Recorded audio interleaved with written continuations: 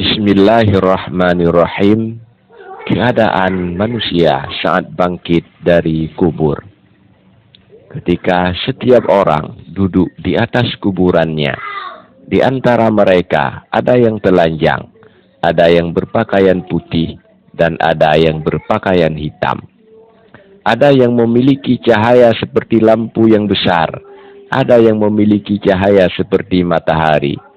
Hanya masing-masing dari mereka senantiasa menundukkan kepala sambil merenungkan apa yang diketahui dan diperbuat selama 1000 tahun, sehingga muncul api yang bersuara dari arah barat menggiring makhluk ke mahsyar.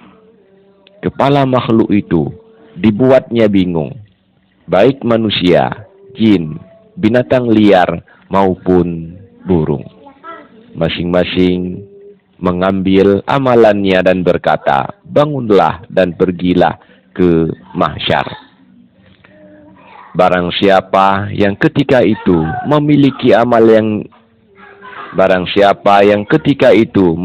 amalan yang baik, amalannya berubah menjadi bakhal.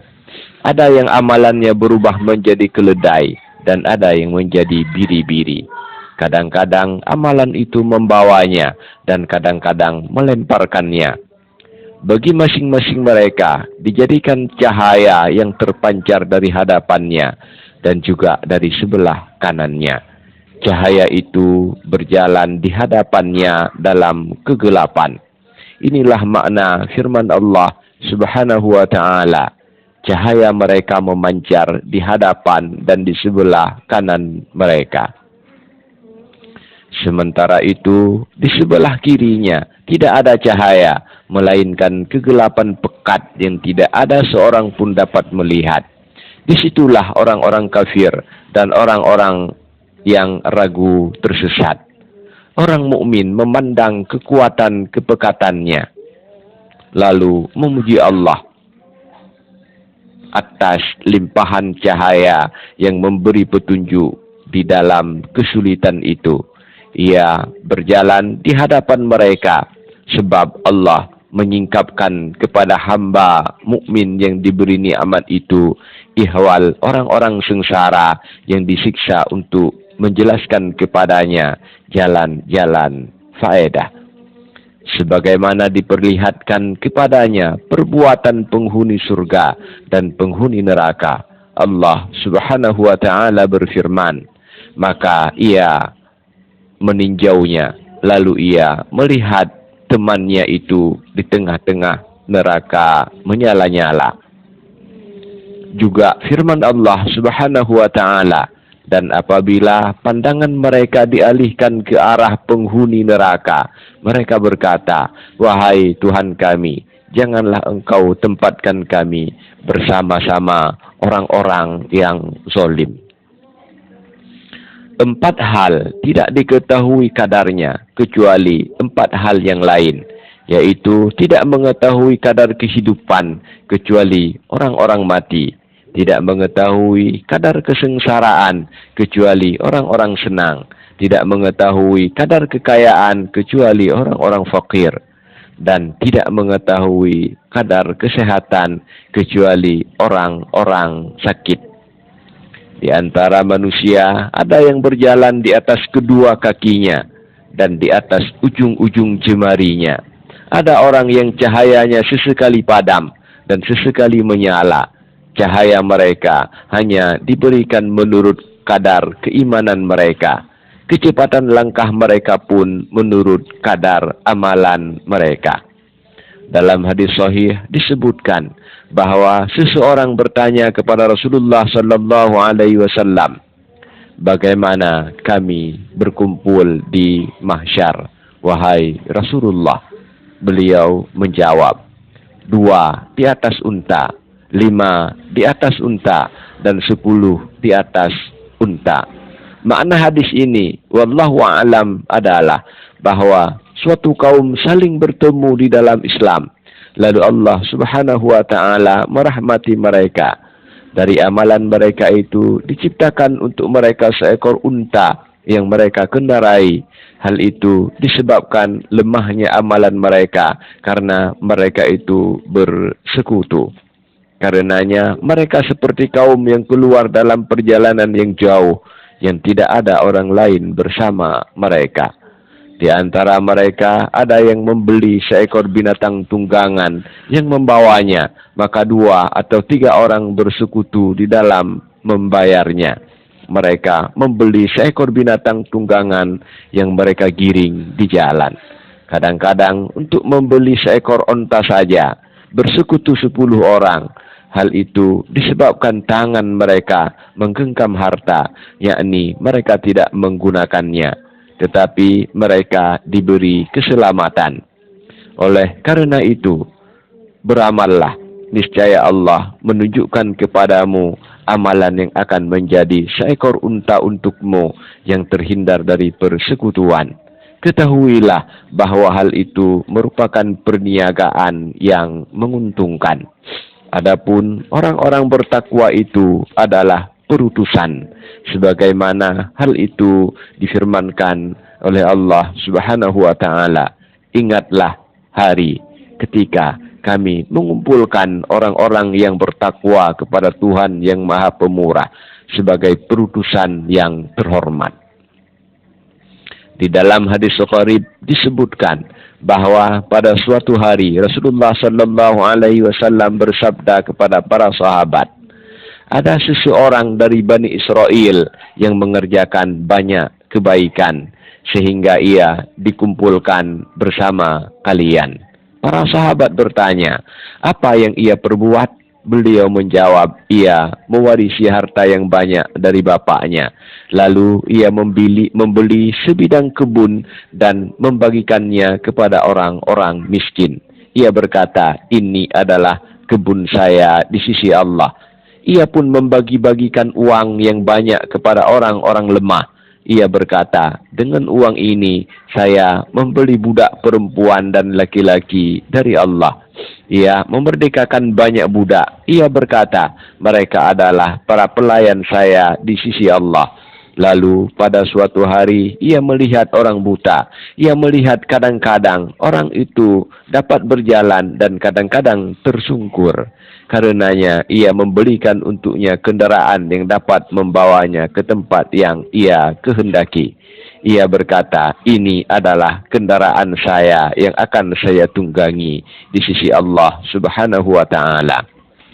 Demi zat yang diri saya dalam kekuasaannya, sesungguhnya seakan-akan saya melihat kendaraan itu didatangkan kepada saya lengkap dengan pelana dan tali kekangnya untuk saya kendarai menuju tempat penantian. Mengenai tafsir firman Allah Subhanahu wa taala, maka apakah orang yang berjalan tersungkur itu lebih banyak mendapat petunjuk ataukah orang yang berjalan tegap di atas jalan yang lurus? Disebutkan bahwa hal itu merupakan contoh yang Allah berikan mengenai berkumpulnya orang-orang mukmin dan kafir, sebagaimana firman Allah Subhanahu wa taala, dan kami akan menghalau orang-orang yang durhaka ke neraka jahanam dalam keadaan dahaga, yakni mereka berjalan di atas wajah mereka. Inilah ungkapan para mufassir, tetapi perkaranya tidak seperti yang dikisahkan itu. Rahasia dalam hal itu adalah bahwa kadang-kadang ia berjalan dan kadang-kadang ia tersungkur di atas wajahnya. Yang ditakwilkannya itu terlalu jauh, sebab Allah Subhanahu wa taala menyebutkan bahwa mereka memiliki kaki. Allah Subhanahu wa taala berfirman, pada hari ketika lidah, tangan, dan kaki mereka menjadi saksi atas mereka terhadap apa yang dahulu mereka kerjakan. Dan kami akan mengumpulkan mereka pada hari kiamat diseret atas muka mereka dalam keadaan buta, bisu, dan peka. Penafsiran ini bukan maksud yang mereka kehendaki. Mereka meninggalkan isyarah yang saya kabarkan kepadamu. Saya melihat orang-orang Arab mengumpamakan dan mengatakan, orang ini berjalan di atas wajahnya ketika orang itu tersungkur. Artinya, karena buta, ia tidak dapat melihat cahaya yang memancar di hadapan orang-orang mukmin dan di sebelah kanan mereka. Bukankah buta universal itu kehendak mereka? Karena tidak dipungkiri bahwa mereka dapat melihat langit yang menjatuhkan awan, para malaikat yang turun, gunung-gunung yang berjalan, dan bintang-bintang yang bertaburan. Seluruh ketakutan pada hari kiamat itu merupakan penafsiran dari firman Allah Subhanahu wa ta'ala. Maka, apakah ini sihir? Ataukah kamu tidak melihat? Pengertian buta dalam ayat tersebut adalah tenggelam dalam kegelapan dan terhalang untuk memandang Allah yang maha mulia. Sebab cahaya Allah Subhanahu wa ta'ala menerangi bumi yang putih. Namun penglihatan mereka telah tertutup sehingga mereka tidak dapat melihat sesuatu apapun. Pendengaran mereka pun tertutup sehingga mereka tidak dapat mendengar kalam Allah Subhanahu wa ta'ala dan para malaikat yang menyeru.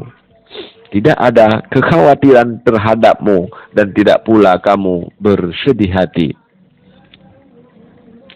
Masuklah kamu ke dalam surga, kamu dan istri-istri kamu digembirakan. Demikian pula mereka tercegah untuk berbicara, seakan-akan mereka itu bisu. Hal ini ditafsirkan dari firman Allah Subhanahu wa ta'ala. Ini adalah hari yang mereka tidak dapat berbicara dan tidak diizinkan kepada mereka minta uzur sehingga mereka dapat minta uzur. Tercegah dari sesuatu merupakan sifat kelemahan dari kemampuannya. Jika sifat itu terdapat padanya, seakan-akan sifat itu ditiadakan keberadaannya di dalam satu hal, tapi tidak di dalam hal lain. Di antara manusia ada yang dikumpulkan dengan fitnah duniawinya. Karenanya ada kaum yang diuji dengan sepotong kayu dan dilakukan terus-menerus sehingga menjadi kebiasaan mereka.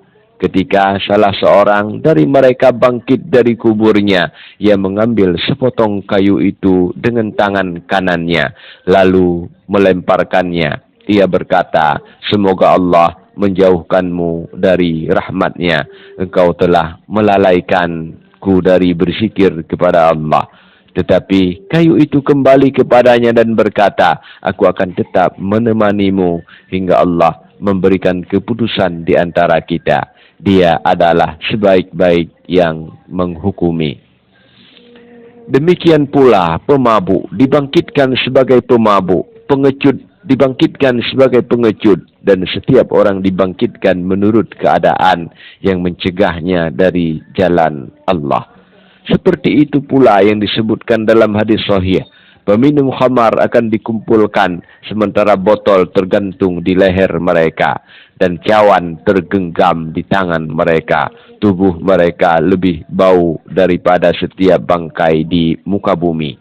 Setiap makhluk yang melewati mereka pasti melaknat mereka. Mayit pun dikumpulkan dengan keteraniayaannya. Dalam hadis sahih disebutkan bahwa orang yang gugur di jalan Allah dikumpulkan sementara lukanya masih mengalirkan darah. Warnanya adalah warna darah, tapi baunya adalah wangi minyak kasturi. Ia tetap dalam keadaan seperti itu hingga dibawa ke hadapan Allah Subhanahu wa ta'ala. Tiba-tiba tampak para malaikat menggiring mereka dengan berbondong-bondong. Di bawah setiap orang adalah apa yang ditakdirkan baginya. Mereka berkumpul di suatu tempat yang tinggi, di atas tempat manusia, jin, setan, binatang liar, binatang buas, dan burung. Para malaikat memindahkan mereka ke lapisan bumi kedua, yaitu bumi putih yang terbuat dari perak yang bercahaya. Para malaikat itu berada di balik kedua alam tersebut, membentuk satu lingkaran. Tiba-tiba jumlah mereka menjadi 10 kali lebih banyak daripada penghuni bumi.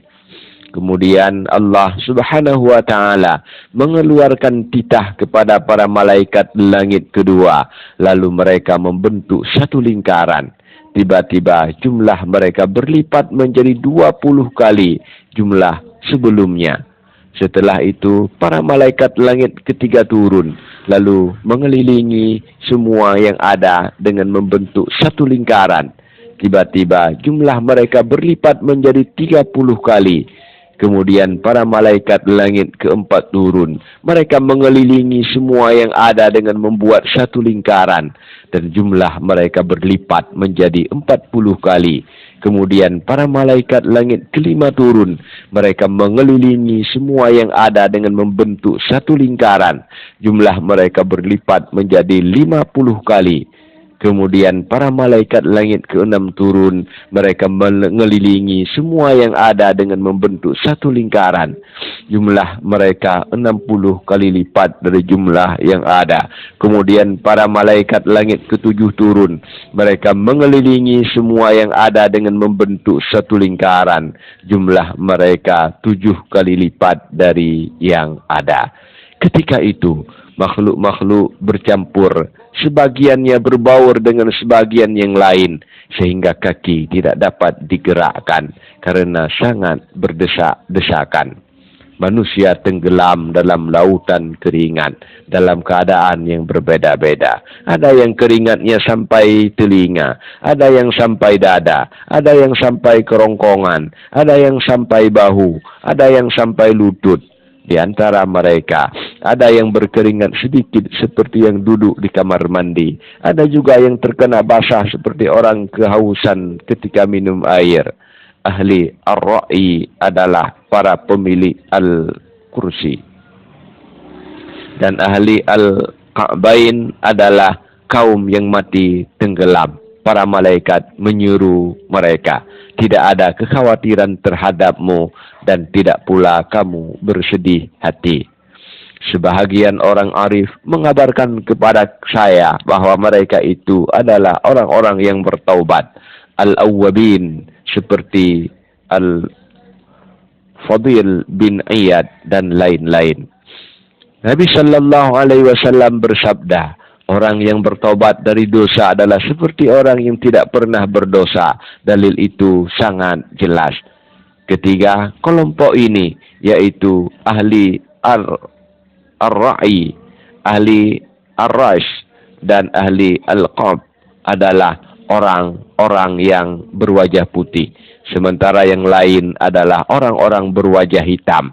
Bagaimana tidak?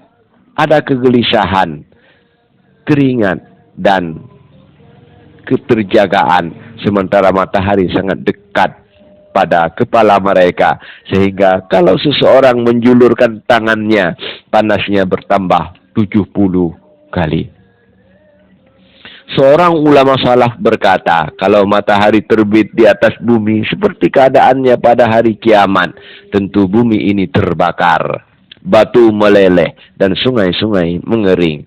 Ketika makhluk-makhluk bersikap sombong dan mereka berada di bumi yang putih yang Allah Subhanahu wa Ta'ala sebutkan dalam firman-Nya, pada hari ketika bumi diganti dengan bumi yang lain, dan demikian pula langit, dan mereka semuanya di mahsyar berkumpul menghadap kehadirat Allah yang Maha Esa lagi Maha Perkasa.